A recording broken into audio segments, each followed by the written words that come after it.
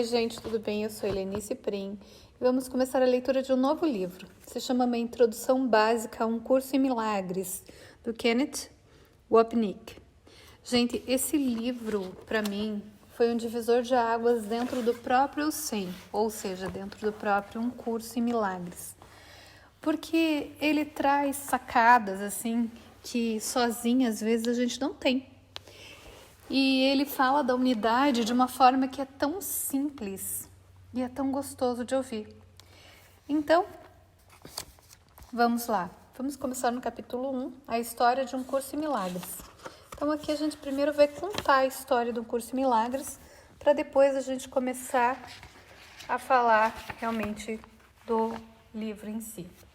Uma das coisas mais interessantes a propósito de como um curso em milagres chegou a ser escrito é que o próprio processo de sua transição e a história em torno disso nos dão um exemplo perfeito de que são os princípios básicos do curso. A mensagem central do curso é que a salvação vem a qualquer momento que duas pessoas se unem para compartilhar um interesse comum ou trabalhar para uma meta comum. Isso sempre envolverá algum aspecto do perdão, sobre o qual falaremos mais adiante. As duas pessoas responsáveis por um curso em milagres foram Ellen Schuckman, que morreu em fevereiro de 81, e William Thetford, que morreu... Nome familiar usado em lugar de William.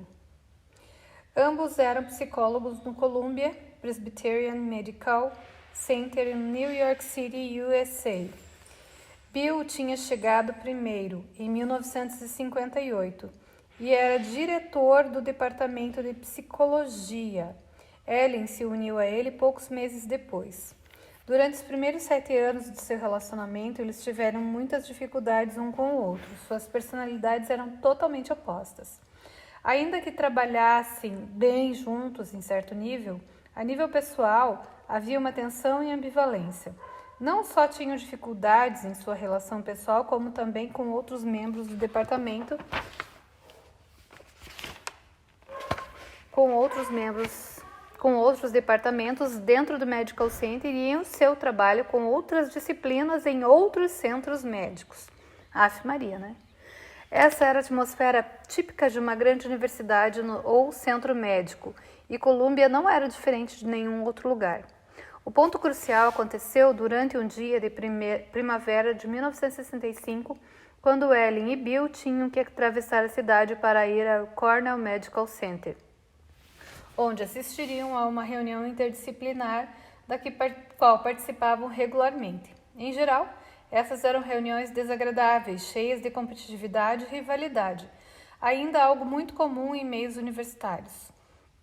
Ellen e Bill também participavam de tudo isso, sendo muito críticos e julgando outras pessoas. Mas nesse dia, exatamente antes de sair para a reunião, Bill, que era um homem calado e despretensioso, fez algo muito fora do normal para ele.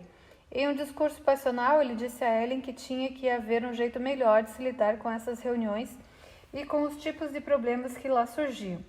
Ele sentia que ambos deveriam ser mais capazes de aceitar e de amar, em vez de estarem tão preocupados em competir e criticar. A resposta dele foi igualmente inesperada e fora do comum para ela. Não apenas concordou com ele, como também se comprometeu a ajudá-lo a encontrar esse outro jeito.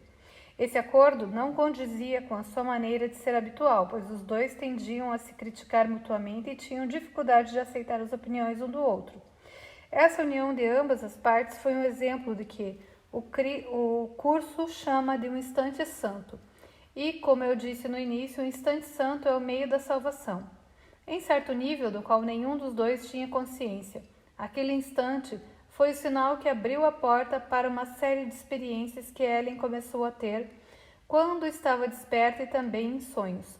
Vou mencionar algumas que têm muita força tanto psiquicamente quanto em seus aspectos religiosos, pois a figura de Jesus começa a aparecer de forma cada vez mais regular. O que torna isso inesperado é a postura que Ellen tinha assumido a essa altura de sua vida. Ela estava vivendo a dezena dos 50 e tinha adotado o papel de uma ateísta militante, disfarçando com astúcia o seu amargo ressentimento contra um Deus que, na sua opinião, não havia agido bem com ela. Assim sendo, ela era agressiva diante de qualquer tipo de pensamento que julgasse duvidoso, ambíguo ou impossível de ser estudado, medido e avaliado. Ela era uma excelente psicóloga, fazia pesquisa e investigações e tinha uma mente lógica, analítica e aguda, sem nenhuma tolerância para qualquer ideia que se desviasse disso. Desde pequena, Ellen tinha uma certa capacidade psíquica de ver coisas que não estavam presentes.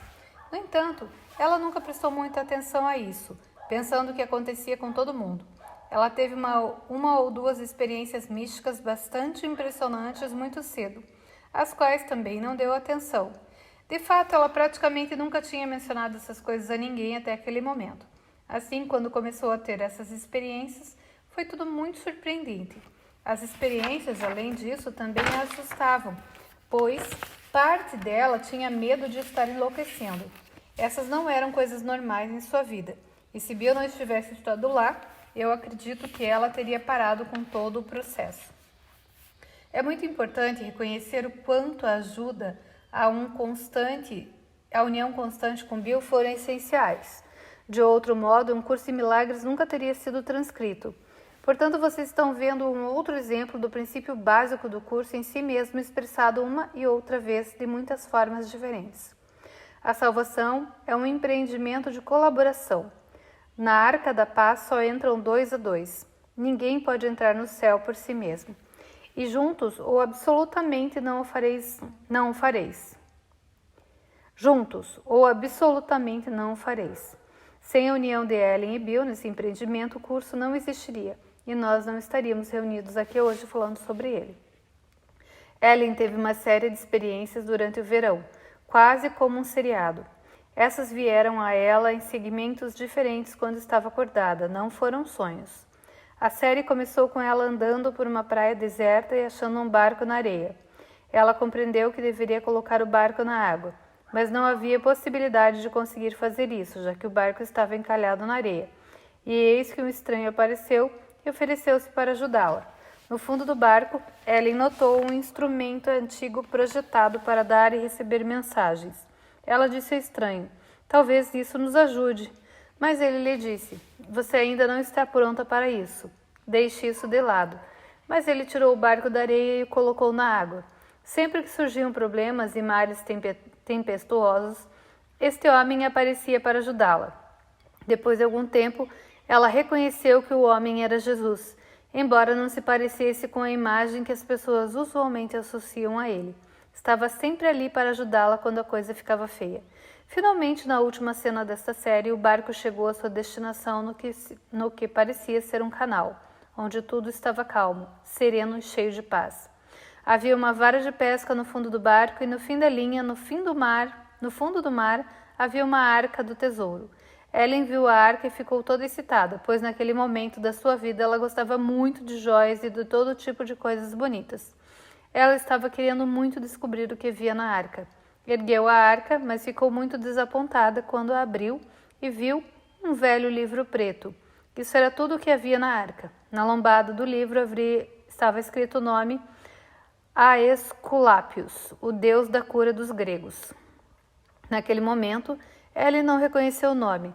Só muitos anos depois, quando o curso já estava todo datilografado e colocado em um fichário preto, ela e Bill se deram conta de que parecia ser exatamente igual ao livro que ela tinha achado na arca. Ela viu a mesma arca outra vez, mas desta vez havia um colar de pérolas em volta dela. Alguns dias depois, ela teve um sonho no qual havia uma cegonha sobrevoando algumas cidadezinhas e no seu bico um livro preto com uma cruz dourada em cima. E uma voz lhe disse: "Este é o seu livro." Isso foi antes da vinda do curso. Ellen teve uma outra experiência muito interessante na qual ela se viu entrando em uma gruta. Era uma gruta muito antiga e no chão havia algo que se parecia com um pergaminho da Torá com 2 varas, em torno dos quais o pergaminho estava enrolado. A Torá é a primeira parte do Antigo Testamento. Era muito antigo. De fato, o pequeno barbante que o amarrava caiu e se desintegrou assim que Ellen o apanhou. Ela olhou para o pergaminho e o desenrolou, e no painel central estavam as palavras: "Deus é." Ela pensou que aquilo era muito bonito, então ela o desenrolou um pouco mais e havia um painel em branco à esquerda e outro painel em branco à direita. E essa voz lhe disse: se olhar para a esquerda, você será capaz de ler tudo o que jamais se passou no passado. E se olhar para a direita, será capaz de ler tudo o que se passará no futuro. Mas ela disse: não, eu não estou interessada nisso. Tudo o que eu quero é o painel central. Ela então enrolou de novo o pergaminho de forma que a única coisa visível era a palavra Deus é. Nesse momento a voz lhe disse: obrigado. Desta vez você conseguiu. Ela reconheceu então que havia tido sucesso em certo tipo de teste no qual obviamente tinha falhado antes. O que isso realmente exprimia era que ela tinha expressado o desejo de não usar equivocadamente a habilidade que possuía. Em outras palavras, não usá-la para conquistar poder ou satisfazer a curiosidade. A única coisa que ela queria realmente era o presente, onde Deus é encontrado.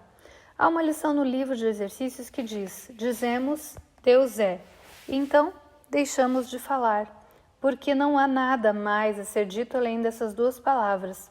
Eu penso que essa passagem se refere à experiência da gruta. O curso enfatiza muito as ideias de que o passado não existe mais, e de que não devemos nos preocupar com o futuro, que também não existe. Só devemos nos preocupar com o presente, já que este é o único lugar onde podemos conhecer a Deus.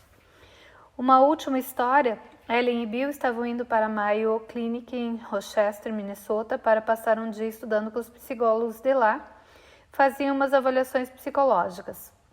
Na noite anterior, Ellen viu em sua mente o retrato perfeito de uma igreja que identificou em primeiro lugar como católica e depois percebeu que era luterana. Ela a viu tão claramente que a desenhou. Como estava olhando para baixo em sua visão, Ellen se convenceu de que ambos, Bill e ela, a veriam quando seu avião estivesse descendo em Rochester. Essa igreja, nesse momento, passou a ser um símbolo importante e indicativo da sua própria sanidade, já que nesse período ela tinha dúvidas disso e realmente não entendia toda essa experiência interna. Sentia que se pudesse ver essa igreja teria mais confiança em não ter enlouquecido. Quando aterrissaram, no entanto, eles não viram a igreja. Ellen ficou muito assustada e Bill, então, alugou um táxi para levá-los a todas as igrejas em Rochester. Acho que havia 26 igrejas na cidade, mas eles não encontraram a igreja de Ellen. Ellen estava muito aborrecida, mas não havia nada mais a fazer naquela noite. O dia seguinte foi muito ocupado e naquela noite eles voltaram para Nova York. Enquanto esperavam no aeroporto, Bill, que sempre tinha sido muito bom nesse tipo de coisa, comprou acidentalmente um livro sobre Rochester que ele imaginou que o marido de Ellen, Louis, gostaria de ver. Esse livro incluía a história de Mayo Clinic e, paginando-o, ele viu uma foto exatamente igual à igreja que Ellen tinha descrito. A igreja se situava no antigo terreno da Mayo Clinic, já que tinha sido demolida para a construção da clínica. Ellen tinha olhado para baixo para vê-la porque ela já não se encontrava lá. Ela estava olhando para baixo no tempo. Isso a fez sentir-se um pouco melhor, mas não foi o fim da história. A gente vai parar por aqui, porque a gente vai continuar no próximo capítulo. Lembrando que aqui eu posso gravar no máximo até 14 minutos e meio. Então, como a história ainda é grande, né? Eu tenho que ler dessa forma. Então, vamos lá.